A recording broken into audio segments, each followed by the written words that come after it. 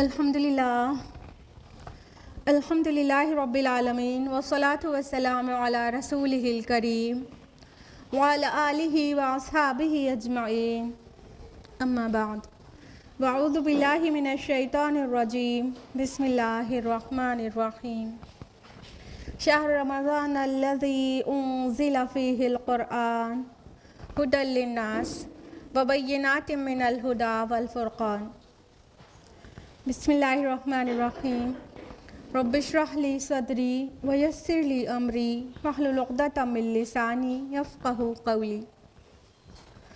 میری عزیز سامعات، درس قرآن مجید میں آپ سب کا خیر مقدم ہے۔ السلام علیکم ورحمۃ اللہ وبرکاتہ۔ کیسے آپ سبھی لوگ؟ انرجی لیول بہت لو ہے سب کا،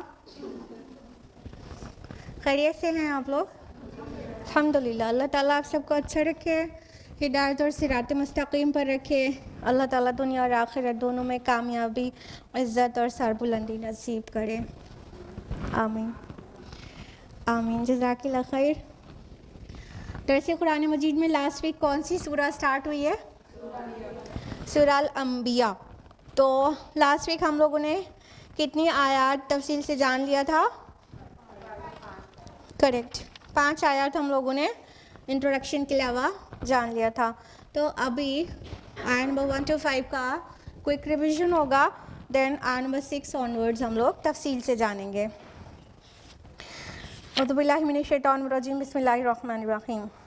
آیت نمبر 1 میں ہم لوگوں نے جانا تھا کہ اللہ تعالیٰ نے فرمایا کہ لوگوں کے حساب کا وقت قریب آ گیا ہے، اور وہ لوگ ہیں کہ اعراض بھی کیے جا رہے ہیں اور غفلت میں بھی پڑے ہوئے ہیں، اور ان کے رب کے طرف سے ان کے پاس کوئی نئی نصیحت اور نشانی نہیں آتی مگر اس کو کھیلتے ہوئے سنتے اور دیکھتے ہیں، یعنی دے آر اسٹل پلے فل۔ ساری چیزیں اللہ تعالیٰ کی طرف سے آتی جا رہی ہیں مگر وہ کھیل میں جیسے پڑے ہوئے ہیں اور سیریس ہو ہی نہیں رہے ہیں۔ آیت نمبر 3 میں فرمایا کہ ان کے دل تو کھیل کے خوگر ہو چکے ہیں، اور یہ ظالم خفیہ سرگوشیاں کرتے ہیں کہ نہیں ہے محمد صلی اللہ علیہ وسلم مگر تمہارے جیسا ایک بشر، ایک انسان، اور کیا تم جانتے بوجھتے جادو میں پڑھنے جا رہے ہو؟ یعنی کہ رسول اللہ صلی اللہ علیہ وسلم معاذ اللہ معاذ اللہ، تو وہ تو ہمارے اور تمہارے جیسے بشری ہیں، تو پھر کیا ان کی جو باتیں ہیں جس میں جو تمہیں اچھی لگ رہی ہیں وہ تو جادو ہے، تم جانتے بوجھتے جادو میں پڑھنے جا رہے ہو۔ جیسے جادوگر جادو دکھا دیتا ہے تو انسان اس سے افیکٹ ہوتا ہے، لیکن وہ حقیقت نہیں ہوتا۔ تو اس طرح سے لوگوں کو بہکایا جا رہا تھا، اور سیکرٹ میٹنگز ہو رہی تھیں، اور کئی خفیہ باتیں پلان کرتے تھے کہ باہر آ کے لوگوں کو کس طرح سے بہکائیں گے۔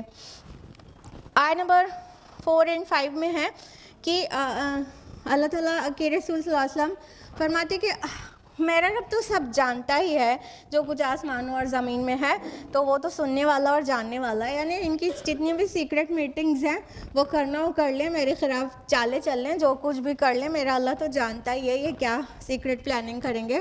In fact Allah is the best planner. آیت نمبر 5 میں ہے کہ جو چیز حق نہیں ہوتی اس میں جھوٹ تو بہت سارا ہو سکتا ہے۔ تو کبھی کہتے تھے کہ یہ تو جو قرآن پیش کر رہے تھے رسول اللہ صلی اللہ علیہ وسلم، تو اہل مکہ کہتے تھے یہ تو پریشان خیالات ہیں، کبھی کہتے تھے یہ تو انہوں نے خود گڑھ لیا ہے اور کہہ رہے ہیں کہ اللہ کا کلام ہے، اور کبھی کہتے تھے کہ یہ تو شاعر ہیں، اور کہتے تھے کہ اگر یہ رسول ہوتے تو کوئی معجزہ لے کر آتے، کوئی نشانی لے کر آتے، جیسے پہلے کے رسولوں کو نشانیاں دے کر بھیجا گیا تھا، تو اگر یہ رسول ہیں تو معجزہ لے کر آئیں۔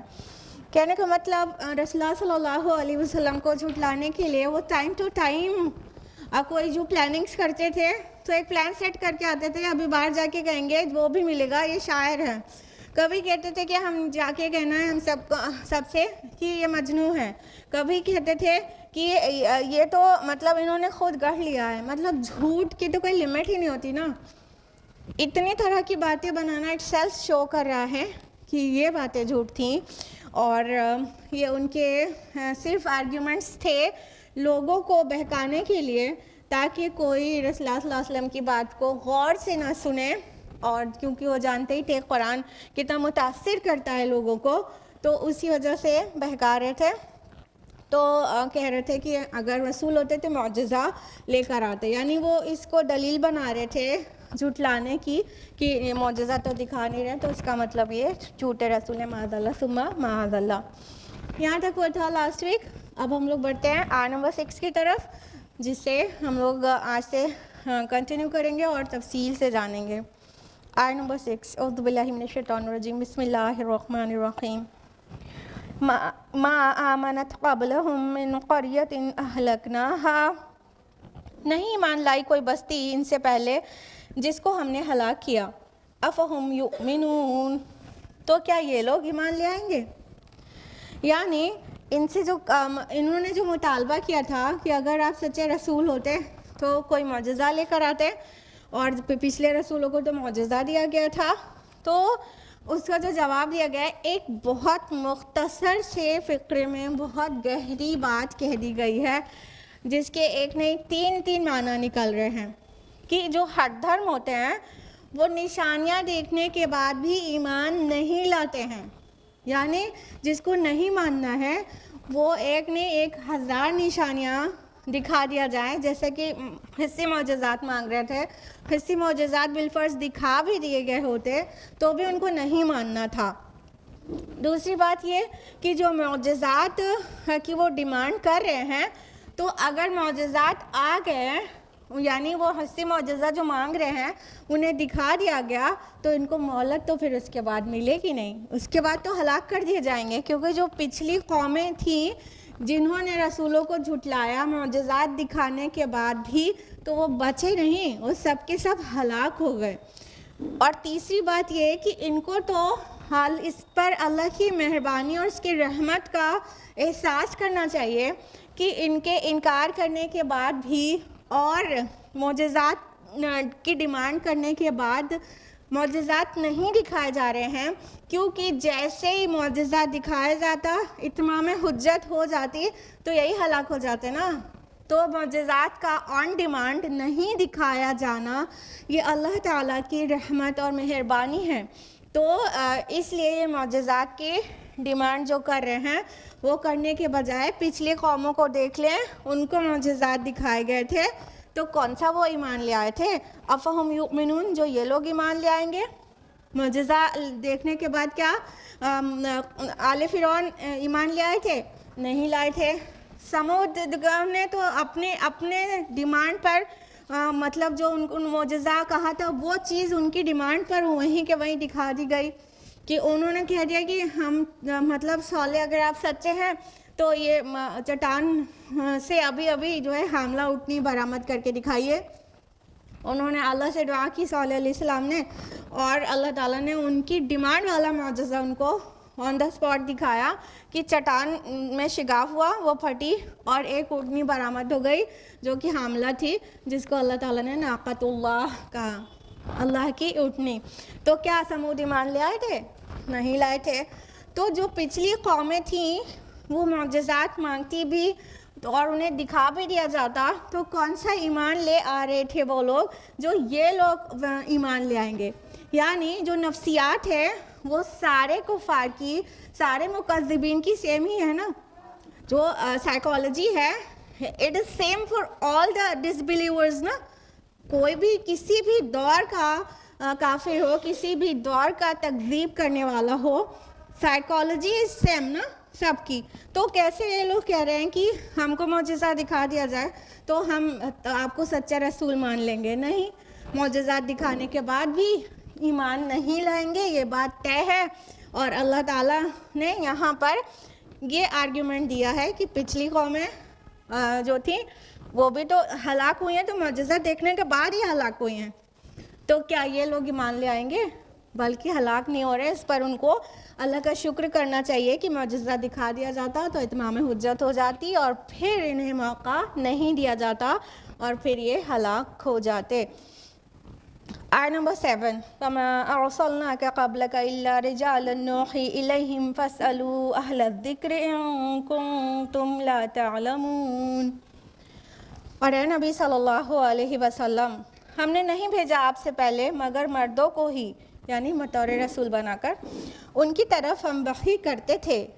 تم اہل ذکر سے پوچھ لو اگر تمہیں نہیں معلوم. ان کا ایک آرگیومنٹ یہ بھی تھا نا کہ یہ تو مطلب بشر ہے ہمارے جیسا. آیت نمبر 3 میں کہ ھذا الا بشر مثلکم, کہ ارے یہ تو ہماری طرح کے بشر ہے, یہ تو ہماری طرح کے انسان ہے. تو یہاں پر آیت نمبر 7 میں اس کا جواب دیا گیا ہے کہ اللہ تعالیٰ نے جتنے بھی رسول کو بھیجا, جتنے انبیاء کو بھیجا, سب کو انسانوں میں سے ہی بھیجا ہے, بشر کو ہی رسول بنا کر بھیجا ہے. اور یہاں پہ لفظ بشر نہیں رجالن آیا ہے. رجل مانا آدمی ہوتا ہے, بشر تو ایک کامن ہو گیا, مرد عورت سب کے لیے, ٹھیک ہے, انسان.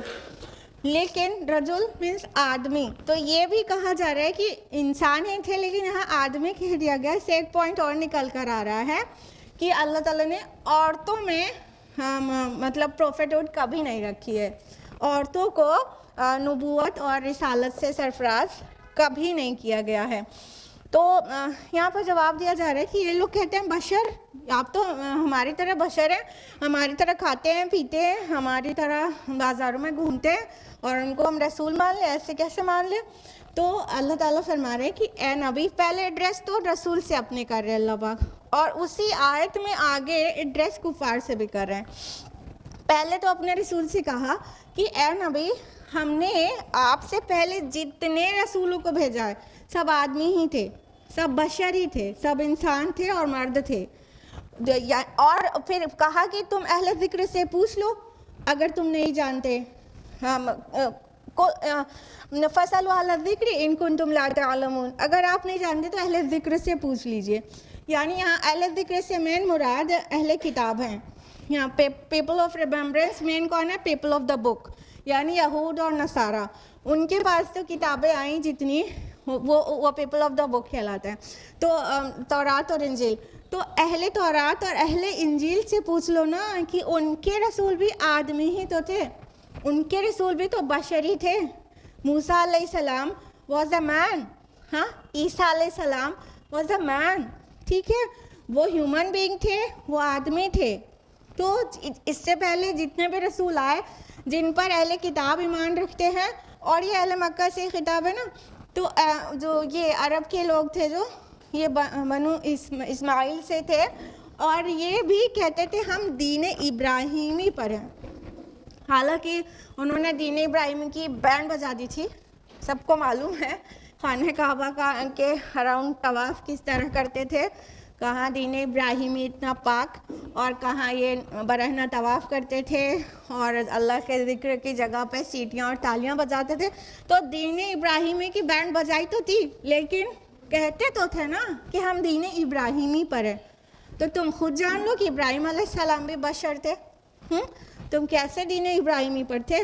اور اگر تمہیں نہیں معلوم تو اہل ذکر سے پوچھ لو, انفارمڈ پیپل سے پوچھ لو, اہل ذکر سے پوچھ لو, یعنی پیپل آف ریمبرنس سے پوچھ لو, جو لوگ جانتے ہیں, جن کو یاد ہے, جن کو علم ہے, کتابی علم ہے, ان سے پوچھ لو. یعنی تمام رسولوں کو اللہ تعالیٰ نے انسان ہی بنا کر بھیجا ہے. انفیکٹ اٹس ٹو لاجیکل کہ جو رسول ہوں وہ انسانوں میں سے ہی ہوں. اگر رسول فوق البشر ہوتے, مطلب something different to human being ہوتے, تو یہ مان لیجیے فرشتہ ہوتا ہے, کوئی اور جنس کا کوئی پرسنالٹی ہوتی, فرشتہ ہوتا کوئی یا کوئی اور جنس کے ہوتے, تو کیا کہتے ہیں انسان, انہیں کیا پتا کہ اولاد مر جاتی ہے تو کتنی تکلیف ہوتی ہے, انہیں کیا پتا کہ بیمار ہونے سے کیسا فیل ہوتا ہے. یہی تو بولنا تھا, یہی تو بولنا تھا.